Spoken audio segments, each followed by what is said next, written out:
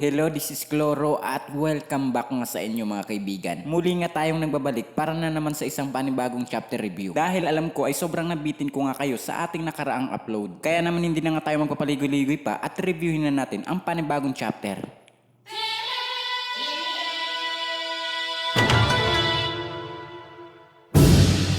Mag-uumpisa ang chapter kung saan nagmamadali nga itong si Nezuko sa lugar na kung saan nakikipaglaban itong ating mga bida. Pero batid nga natin dyan na habang tumatakbo nga itong si Nezuko ay umiepekto na nga itong gamot nila Tamayo at unti-unti na siyang bumabalik sa pagiging isang tao. Kaya naman sa kabila nito ay nakakaramdam na nga siya ng matinding pagod na kung saan unti-unti na nga bumabalik ang kanyang kamalayan. At dito ay nagkaroon na nga siya ng alaala patungkol sa kanyang kapatid at ng kanyang ina na masaya nga silang nagtatawanan sa mga oras na yun. Pero sa hindi nga inaasahang pagkakataon ay dumating nga itong si Muzan at unting-unting pinagpapatay ang kanyang pamilya na kung saan ang huli niya na nga lang daw alaala ay sinisigawan siya ng kanyang kapatid para tumakbo. Pero hindi nga yun nangyari dahil hindi nga siya nakawala dito kay Muzan at natandaan niya pa nga dyan ang huling sinabi ng hari ng mga demonyo na kung saan nagsalita nga ito na mabilis nga lang daw namatay itong pamilya ng mga Kamado sa tinurok niyang dugo. Dagdag pa neto na hindi nga daw madali gumawa ng demonyo na kayang ma-immune sa sikat ng araw. Kaya naman ang maalala nga ito ni Nezuko ay napaiyak na nga lang siya dyan at nakaramdam nga siya ng matinding galit. Pero sumagi nga sa isip niya itong kanyang kuya na walang iba kundi si Tanjiro na kung saan nag-alala nga ito sa nangyari sa kanya at naalala niya pa na binubuhat siya nito at hindi siya pinapabayaan at naalala niya rin itong si Tomioka na hindi siya pinatay sa kabila ng pagiging isa niyang demonyo. Si Orokodaki na kung saan ito nga ang nag-alaga sa kanya nung mga panahong nagsasanay itong si Tanjiro, si Yushiro at Tamayo na inakala niyang pamilya noong demonyo pa siya. Si Zenitsu na kung saan in love nga ito sa kanya at binibigyan siya ng mga bulaklak. Si Inosuke na dinadalan siya ng walnut sa pag-aakalang kumakain siya nito. Si Sanemi na pinurubok siya at hindi naniniwala sa kanya na hindi siya kumakain ng tao. Ang Hashira meeting at ang lubos na pagtanggap sa kanya ni Kagaya. Ang mainit na pagtanggap sa kanya ng Butterfly House na sila Kanaw at ang mga kaibigan nito. Ang magandang pakikitungo sa kanya ni Shinobu at ang pagtanggap sa kanya ni Rengoku. Ang pagligtas niya dito kay Tengen noong nalason nga ito nung nilabanan nila itong si Gyutaro. At ang labis ng papasalamat at paghingi ng tawad ng kanyang mga asawa, ang mga swordsmith na sila Kotetsu, Ganesoka at Kanamori, ang matamis ng ngiti ni Genya, ang mapagmahal at napakasweet na si Kanroji na kung saan nagawa nga nitong makipaglaro sa kanya, at si Tokito na madalas niyang gayahin ang mga reaksyon nito. At noong maalala niya nga ang ganitong klaseng bagay ay bigla nga siya nang hina at napaluhod sa daan at may nakita nga siya na tinutulungan siyang tumayo. Kaya naman sa kabila ng hinang-hina na itong si Nezuko ay pinilit niya nga dyan tumayo at nakita niya nga dyan ang imahe ng kanyang kuya na walang iba kundi si Tanjiro. Gulat na nga lang dyan si Nezuko na kung saan tinatawag nga ni Tanjiro ang kanyang pangalan at bigla niya na nga lang napagtanto na may naalala siyang napaka-importanting bagay. Kaya naman sumakit nga itong ulo niya na parang namimilipit siya sa sakit. Magmula nga dyan ay naalala niya ang kanyang kuya na kung saan sinabi nito sa kanya na maprotektahan siya kahit anuman ang mangyari. Magmula nga dyan ay tuluyan nang bumalik si Nezuko sa pagiging isang tao at naalala niya na ang lahat ng mga nangyari. Na siya nga daw si Nezuko at pinatay nga daw ng demonyo ang kanyang pamilya. Nalipat naman ang panel kung saan patuloy pa ring matinding naglalaban itong sila Obanai at Tanjiro laban dito kay Muzan. Makikita nga natin dyan si Tanjiro na nahihirapan na sa laban pero kailangan niya nga daw maging matatag para makabili ng oras at mapigilan lang itong si Muzan. Pinakita naman dyan si Muzan na binubuhos niya na nga rin ang lahat ng kanyang makakaya at may bigla na nga lang siyang napansin na kung saan may naramdaman nga daw siyang buhay at papunta nga daw ang mga to kung nasaan sila at kinonfirm niya nga dyan na ito nga daw ang mga Hashira. Pamura na nga lang dyan si Muzan dahil hindi nga daw sapat itong mga pag-atake niya para mapatay itong mga Hashira. Tindi nga daw ang mga tamaan ng mga to pero hindi nga daw ito namatay. Sa tingin niya nga daw ay ginagamot na ito ng demonyo ni Tamayo na walang iba kundi si Yushiro. Kaya naman hindi na nga daw siya magtataka kung makakabalik ito sa laban at lalabanan siya hanggang kamatayan. Sinabi niya na kasalanan nga daw ito ni Tanjiro kaya hindi niya nagawang mapatay itong mga Hashira. Pero napagtanto niya na nga lang dyan na hindi nga daw si Tanjiro lang ang dahilan dahil ang mga membro nga daw ng Demon Slayer ay parang isang kwintas ng isang rosaryo na kung saan magkakadugtong at konektado nga ang mga to sa bawat isa na para bang may isang buhay na nilalang na sobrang tindi nga ng panata at pananampalataya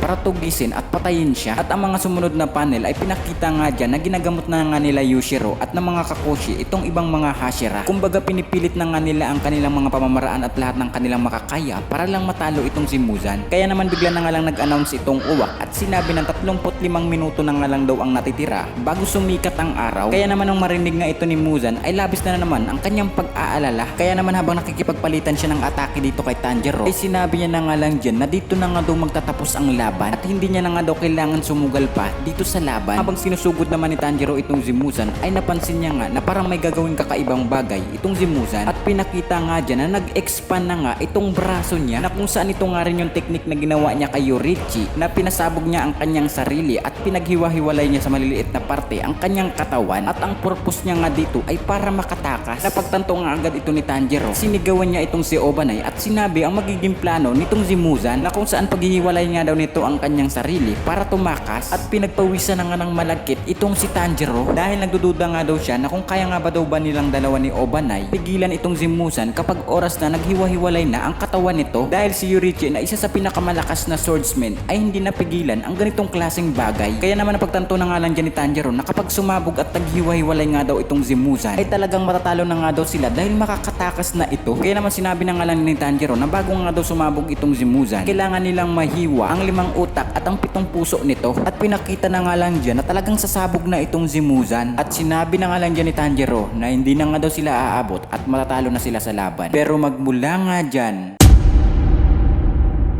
sa hindi nga inaasahang pagkakataon ay hindi sumabog o naghiwa-hiwalay itong si Muzan at bumalik naman itong braso niya sa pagiging isang normal kung saan pinagtaka naman ito ni Tanjiro na bakit hindi nga daw naghiwa-hiwalay itong si Muzan. Sinabi na nga lang dyan ni Muzan na may labis nga rin pagtataka sa kanyang sarili na bakit hindi niya nga daw nagawa paghiwa-hiwalayin ang kanyang sarili at magmula nga dyan ay napagtanto niya na hindi lang isa o dalawa kundi 3 drugs ang sinaksak sa kanya ni Tamayo ang pabalikin siya sa pagiging isang tao, ang kanyang sobrang bilis sa pagtanda at pigilan siya sa pagsabog o paghiwa-hiwalay ng kanyang katawan. Sinabi niya na nga lang dyan na napakatuso nga daw nitong si Tamayo at magmula nga dyan ay nagpakita nga itong si Tamayo. Sinabi na nga lang dyan ni Tamayo na muntik na nga daw mahulaan ni Muzan pero nagkakamali nga daw ito. Magmula nga dyan ay bigla na nga lang sumuka ng dugo itong si Muzan kung saan pinagtaka naman ni Tanjiro ang ganitong klaseng bagay. Sinabi na nga lang dyan ni Tamayo na hindi nga daw 3 kundi 4 na drugs nga daw ang sinaksak niya dito kay Muzan at nagpapasalamat nga daw siya dyan sa pangatlong drugs dahil nag-uumpisa na nga daw itong umepekto na kung saan ito nga daw ang sisira sa mahihinang parte ng cells nitong si Muzan. Sinabi na nga lang dyan ni Tamayo na ang pinakaayaw nga daw ni Muzan na kamatayan ay nalalapit na sa kanyang sarili. Mula nga dyan ay ngumiti na nga lang ito na parang bang isang demonyo na habang gulat na gulat naman itong si Muzan na hindi niya na nga alam ang kanyang gagawin dahil sumusuka na siya ng dugo. Iyayakap na nga lang ni Tamayo itong si Muzan at sinabi na hindi niya na nga daw kailangan maging malakas pa kay Muzan para mapatay ito. Tama na nga daw itong ginawa niya na pahinain itong hari ng mga demonyo. Dagdag pa nito na gagawin nga daw ni Muzan ang lahat para mabuhay pero malas nga lang daw nito dahil gagawin niya nga daw ang lahat para lang patayin itong si Muzan. Paisip na nga lang dyan si Muzan at sinabi niya na wala nga daw silbi sa kanya ang mga bagay-bagay dito sa mundo. Tulad na nga lang daw ng pag-atake nitong mga Demon Slayer na may mga kulay pula na sandata. Hindi nga daw ito tumatalab sa kanya dahil wala nga daw itong silbi kung ikukumpara kay Yorichi. Bukod pa dyan ay hindi nga rin daw siya napapagod sa regenerations na kanyang ginagawa pero nang dahil nga daw sa 4 na drugs na sinaksak sa kanya ni Tamayo ay naging malaking sagabal nga ito para sa kanya at naging epektibo nga itong atake ng mga Demon Slayer. Kaya naman hindi niya nga daw inaasahan na nakagawa nga daw itong si Tamayo ng napakalakas na epekto ng drugs. At ang drugs na ginamit nga daw ng mga to ay malaking pinagkaiba noong nilaso nila itong si Doma. Unang beses niya nga lang daw na-encounter ang ganitong klaseng drugs. Kaya naman hindi niya pa nga daw na-adapt or na-decompose ang ganitong klaseng bagay at kakailangan niya nga daw ng oras para makarecover. Pagmula nga dyan ay pinakita na nga lang dyan itong si Muzan na tumatayo na at hindi na nga siya gumagalaw na para bang may gagawin ito na kakaibang bagay. Napansin naman ito ni Tanjiro at sinabi na hindi na nga daw gumagalaw itong si Muzan. Dagdag pa niya na marahil nga daw ay epekto ito ng gamot ni Tamayo. Kaya naman dali-dali siyang tumakbo para atakihin itong si Muzan at sinabi niya na mananalo nga daw sila at magagawa nga daw nila na ma-hold itong si Muzan hanggang sa sumikat ang araw. Kaya naman nagmadali nga itong si Tanjiro at si Obanai para atakihin na itong si Muzan. Pero sa hindi nga inaasahang pagkakataon ay bigla na nga lang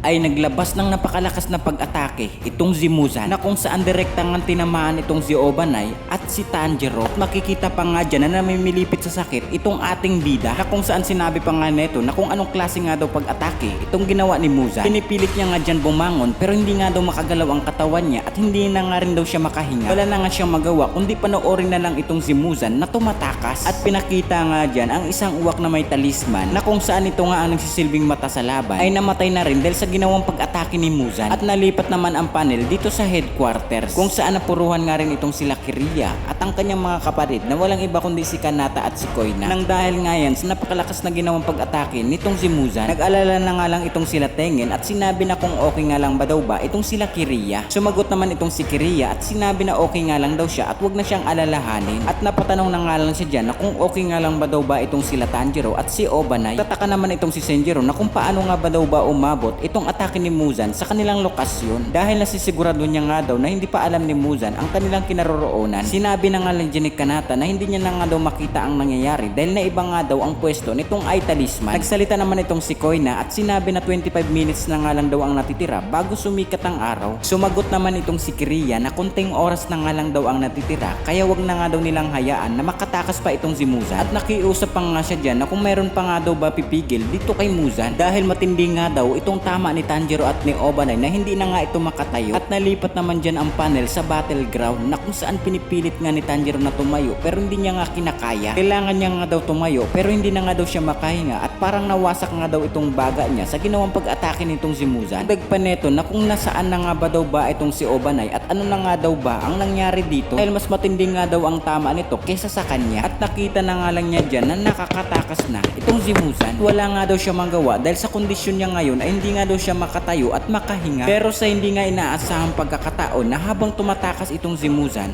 ay bigla na nga lang dumating itong si Inosuke at pinigilan itong si Muzan gamit ang kanyang breathing techniques na kung saan hinihingal at nanggigigil pa nga siya dyan dahil hindi pa ito nakaka-recover sa kanyang mga sugat. Sinabi na nga lang dyan ni Inosuke na kung binabalak nga ba daw ba tumakas nitong si Muzan ay hindi niya nga daw ito papayagan. Noong nakita naman ni Tanjiro itong si Inosuke ay pilit nga siya nagsasalita at sinabi na kailangan nga daw mag-ingat nitong si Inosuke dahil napakadelikado nga daw nitong si Muzan. At pinakita naman dyan si Muzan na kung saan maglalabas na naman siya ng isang blood demon technique na kung saan ito nga rin yung ginamit niya kanina. Nung makita nga ni Tanjiro na maglalabas na naman ito ng blood demon technique itong si Muzan ay labis nga ang kanyang pag-alala dito kay Inosuke. Pero sa hindi nga inaasahang pagkakataon ay hindi nga ito natuloy dahil pinakita nga dyan si Muzan na pagod na at sinabi niya na hindi na nga daw siya makagamit ng kanyang blood demon technique. Nagsalita naman itong si Inosuke na parang nangangatal at sinabi na naputulan nga daw ng paa itong si Gyome at naputulan nga rin daw ng braso itong si Tomioka. Nag-iiba na nga dyan ang boses ni Inosuke na para na ba siyang umiiyak. Dagdag pa neto na lahat nga daw ng katawan na nakahiga sa kanilang paligid ay nakasama niya at nakasabay niyang kumain. Kaya naman ibalik nga daw ni Muzan ang kanyang mga kinuha, ang mga paa, ang mga braso at ang buhay na kanyang pinatay. Ibalik nga daw ito ni Muzan dahil kung hindi ay pagbabayarin niya nga daw ito ng milyon gamit ang kanyang buhay. At pinakita nga dyan na galit na nga itong si Inosuke at umiiyak na nga siya dahil sa kanyang mga sinabi. Pero wala nga dyan pakialam si Muzan at sinugod na nga siya dyan. Nagawa naman makadepensa ni Inosuke sa ginawa niyang pag-atake pero tinusok nga ni Muzan ang kanyang tentacle sa lupa at paglapag nga ni Inosuke sa lupa ay sakto nga siyang nahuli ng galamay nitong si Muzan. Nakagat nga siya at hindi na siya makawala. Nakita naman ito ni Tanjiro pero wala nga siyang magawa at labis nga ang kanyang pag-aalala. Sabi niya na nga lang dyan sa kanyang sarili na kung meron pa nga daw ba ang tutulong dito kay Inosuke dahil kung wala nga daw tutulong ay mamamatay na itong si Inosuke sa kamay ni Muzan. Pero sa hindi nga inaasahang pagkakataon ay may bigla na nga lang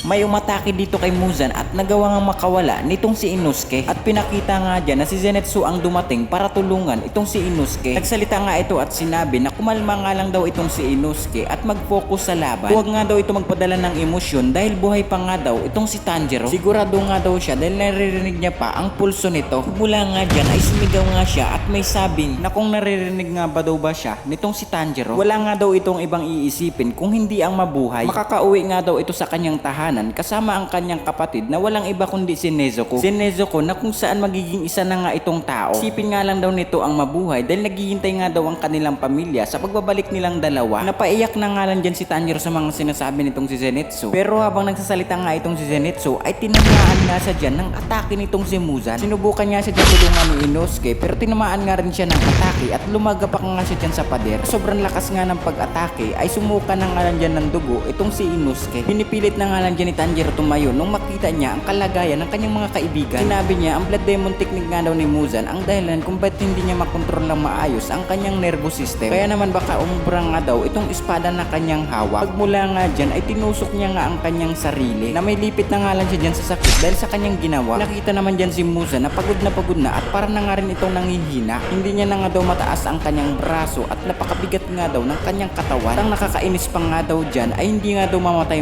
at tumatayo tumatayo pa itong kanyang mga kalaban na kahit pa ulit-ulit niya nga daw itong mapuruhan ay hindi nga daw ito namamatay. Tumatayo at lumalaban nga daw ang mga to na parang peste para patayin siya. Lumalaban nga daw ang mga to hanggang sa sumikat ang araw at sa kanyang huling hininga. Magmula nga dyan ay pinakita nga itong si Zenitsu na tumatayo, si Inosuke, si Saneme, si Tomioka at si Gyume. Sa kabilang banda naman ay pinakita nga itong kapatid ni Rengoku at sila Kanzaki na kung saan taimtim nga silang nananalangin para sa kaligtasan ng ating mga bida at nabalik ulit ang panel dito sa laban. Breeze of the Beast, Force Fang, Lynch to be. Na kung saan patuloy nga nilalabanan nila Inosuke itong si Muzan. Breeze of Thunder, First Form, Thunderclap Flash. Nag-follow up naman dyan si Zenitsu ng susunod na pag-atake. Pero sinabi niya na nga lang dyan na wala na nga daw siyang stamina. Bukod pa dyan ay hindi niya na nga daw nararamdaman ang isa niyang paa. Kaya naman ibubuhos niya na nga daw ang lahat sa susunod at huli niyang pag-atake. Breeze of Thunder, Seventh Form, Flaming Thunder. At magmula nga dyan ay nagpakawala nga itong si Zenitsu na napakalakas na pag-atake. Dahil kitang-kita nga dyan na ininda nga ito ni Muzan. Pero sinabi na nga lang dyan ni Zenitsu na hindi nga daw sapat ang ginawa niyang pag-atake. Na kung kulay pula nga lang daw ang kanyang espada ay talagang mapupuruhan niya nga daw itong si Muzan. Pero hindi niya nga daw yun magawa at napamura na nga lang siya sa mga nangyari. At nang lumagapak na nga itong si Zenitsu sa lupa na hindi na siya makatayo ay akmang aatakihin nga siya nitong si Muzan. Pero hindi nga yun nangyari dahil dumating nga itong si Inosuke at inatake niya nga itong si Muzan gamit ang kanyang fifth fang. Nagawa niya naman itong mapigilan at nag-follow up nga siya dyan ng third fang na kung saan tinatamaan naman itong si Muzan pero bigla na nga lang itong nagalit at magmula nga dyan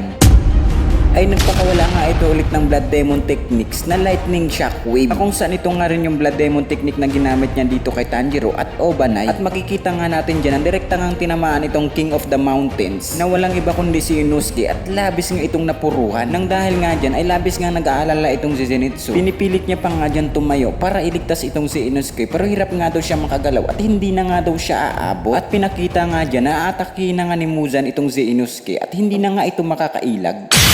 Dance of the Fireball, Burning Sun. Pero dumating na nga dyan si Tanjiro at nagawa niya ngang maligtas itong si Inosuke. Gamit ang kanyang 13 form ay lalabanan niya nga ulit itong si Muzan. Kaya naman mabilis na tumatakbo itong si Tanjiro para atakihin itong si Muzan. Soaring Flame Head, Fire Chariot, Shining Ray of Grace. Habang umaatake nga itong si Tanjiro ay sinabi niya na hindi niya pa nga daw kailangan mag-alala dahil hindi nga daw kaya ni Muzan na magbato ng sunod-sunod na shockwave attack. Dahil nga daw sa kapag sa oras na ginamit ni Muzan ang ganitong Blood Demon Technique ay kakailanganin nga daw ni Muzan makapag-ipon muna ng lakas para makapag-unleash ng ganong klaseng Blood Demon Technique. Dagdag pa niya na ang mga atake nga daw ni Muzan ay lalo nang bumabagal. Kaya naman magpapatuloy nga lang daw siya sa gagawin niyang mga pag-atake. Solar Haro Dragon Dance. At sa pagpapalo off nga ni Tanjiro ng kanyang pag-atake laban dito kay Muzan ay bigla na nga lang nawalan nga siya ng hangin at sumuka na nga siya ng dugo. Napaka-bad timing nga nito dahil nasa harapan niya na si Muzan at aatakihin na nga siya. Malapit na nga siya dyan matamaan pero magmula nga dyan ay pinakita nga itong espada ni Inosuke.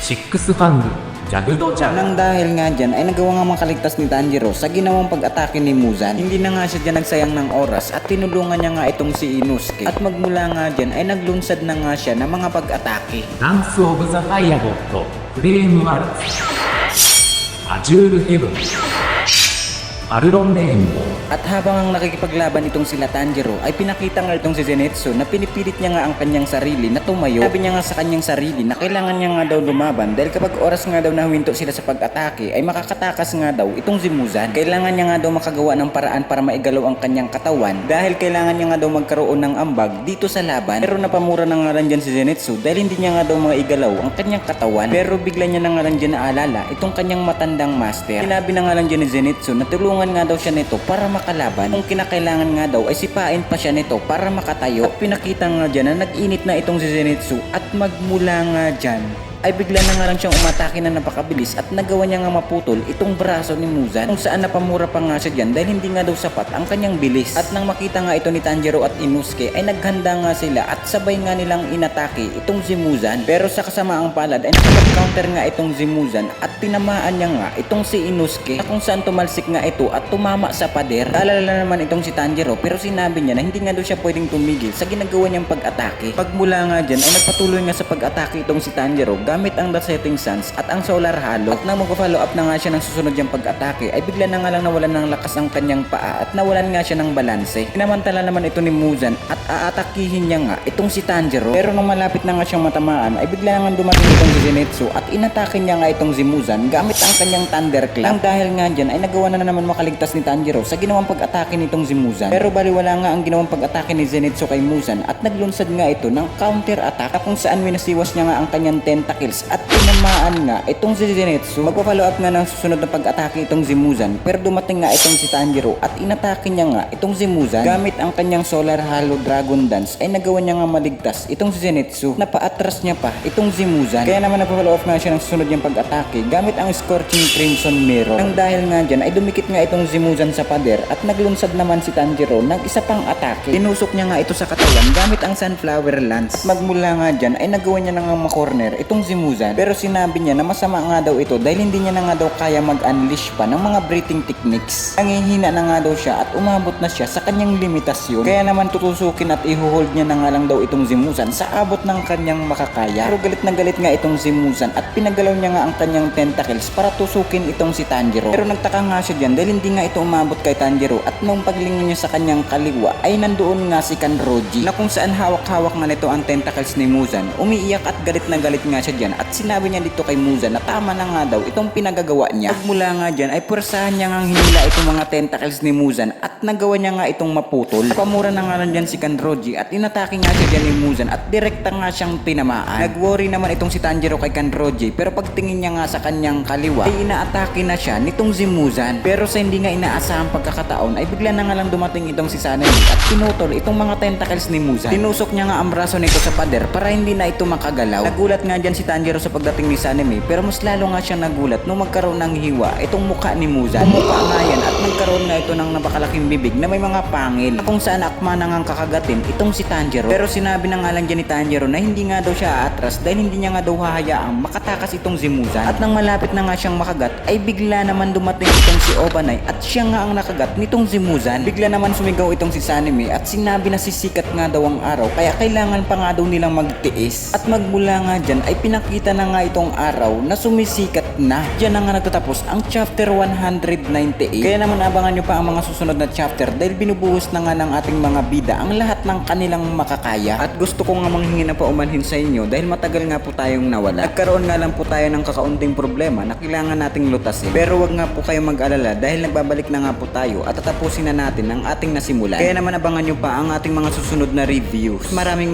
salamat nga sa inyong lahat.